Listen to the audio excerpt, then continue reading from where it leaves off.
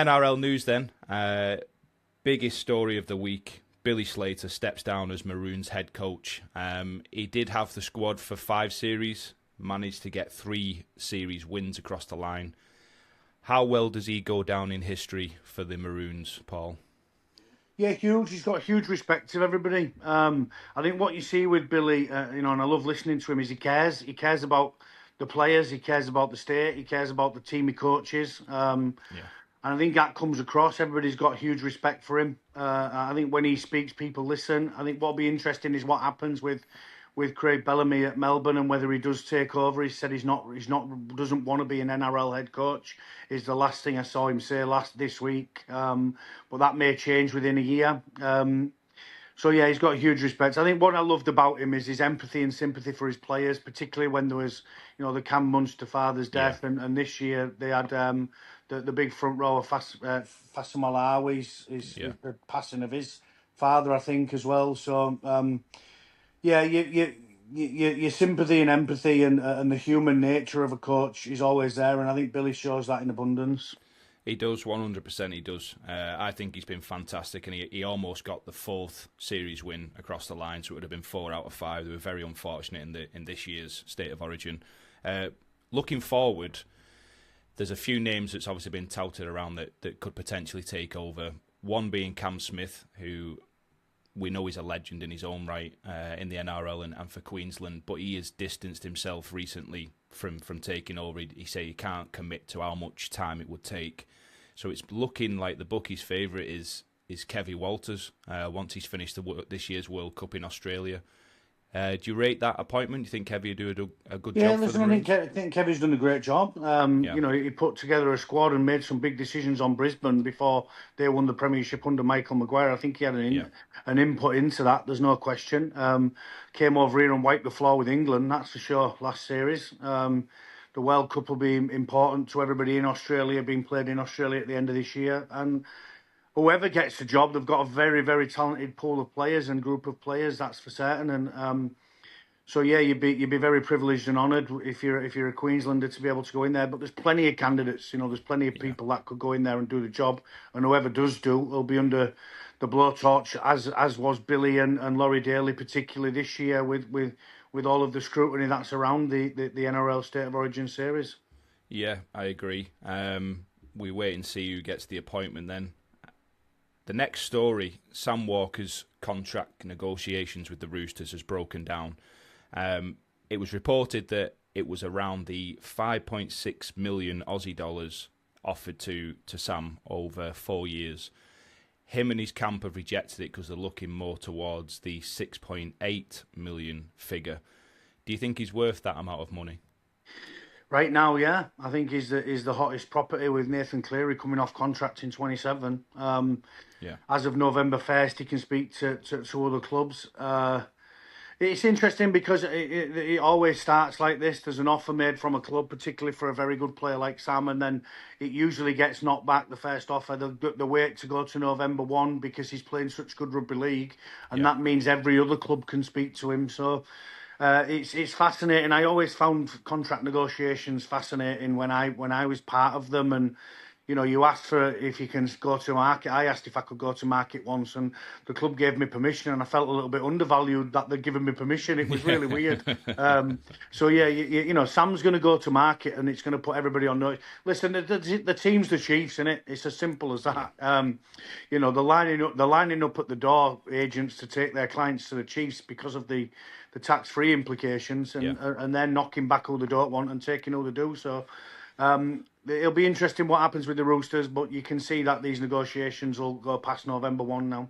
The last thing on the Chiefs there, I think Michael Chammas has made it clear he either wants Sam Walker or Nathan Cleary. Yeah.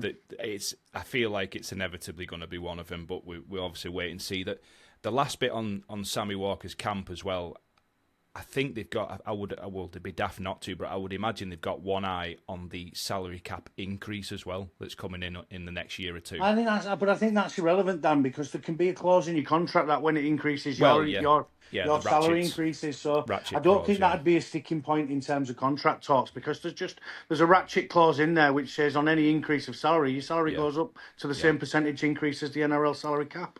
Yeah, yeah, you're 100% right. Moving on to the next piece of news, Jayden Brailey signed a 2-year deal with the West Tigers. Obviously, Jayden getting to the back end of his career now, but Jayden has been picked in the 38-man squad in Brian McDermott's team for the World Cup.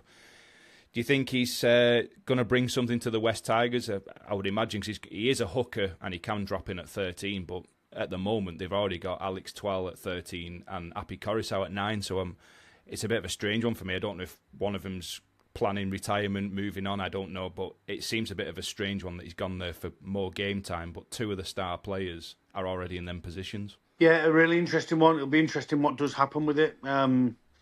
Yeah, I'm not sure on it either. I think they've got an abundance of talent in the positions that Braden plays. So he's going to take some ousting, or one of them moves on. So yeah, there could be an interesting sort of swings and roundabouts with player in, player out. We remain to see.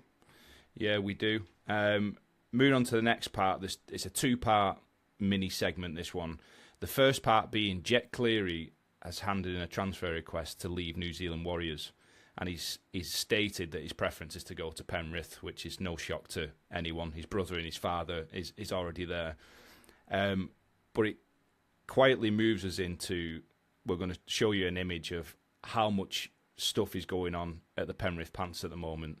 There's around 16 players that could either be leaving, contract talks, no talks, or already signed. So there's quite a bit to get through. But we'll start off with the Jett Cleary one, because Nathan, his brother, has come out and said that he doesn't want to get in his way from being a halfback. So that would open the gate to, if Nathan does stay, he could move to 6 and Jett could play 7. Would you like that idea or not? Or it opens the door for Nathan to go to PNG Chiefs. It does, yeah. I was trying to leave them out the conversation. Yeah, I understand. Yeah, listen, listen. Nathan Cleary can play as a second receiver, as a 6. It's very different the role of half and 5/8 over there, isn't it? So yeah. Yeah, I certainly see that both the Cleary brothers can play together. And listen, it's Ivan's last year, next year, I believe, as well, isn't it? So yeah. I think he coaches his 500th game this weekend. So congratulations to him on that. But it remains to be seen whether he wants to go and play with his brother. Possibly, he wants to play under his father for the last season of his coaching career, having stepped down at the end of 27. So.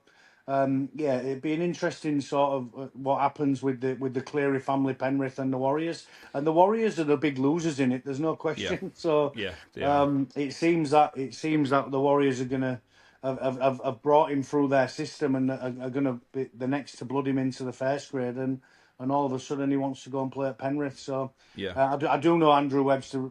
I do know Webber really well, and there's no question he won't want a player at the club that probably doesn't want to be there and wants to move on, and he won't stand in his way with that. Yeah. Well, we'll bring the image up on screen now, and we'll just run through where the Panthers are at currently with the playing squad, because there's a lot of change and potential changes that could go on. So we'll start off in the bottom left corner. We've got no talks going on. So Freddie Lussick, who's been playing a lot lately because of the injuries to Mitch Kenny, his deal ends in 26 this season, and he's no murmurs of any contract extension whatsoever. The other person that's not had any extension talks yet is Blaise Talagi. So that would also indicate that potentially, if Jett does come, Blaise could go the other way to New Zealand Warriors. That would be an interesting one. We'll start with the easy ones first. We already know departing Scott Sorensen, Liam Henry, Jack Cole all going to the Perth Bears, and obviously the other one that we touched on last week, Brian Toto, was signed for the Chiefs. So we know they are done. Extended, 3 of them extended this week. Casey McLean, Isaiah Papali'i, and Paul Alamotti. They're 3 big signings to extend them. Good extensions, great extensions. Yeah, they are. And obviously earlier on, a few months ago, Mitch Kenny already extended on a massive contract, 2031, because he was touted to be one of the ones that go to the Chiefs. But that leaves you with an interesting list, because currently in talks, and the Panthers representatives, whoever it is, media sources, have said, talks are ongoing. the last 4 players that are left with no club for the following season is Isaiah Yeo, Liam Martin, Moses Leota, and Nathan Cleary. I feel they've done this list maybe the wrong way round, is what I would say. They are all up 2027, so all 4 of them names can start to talk to other clubs 1st of November.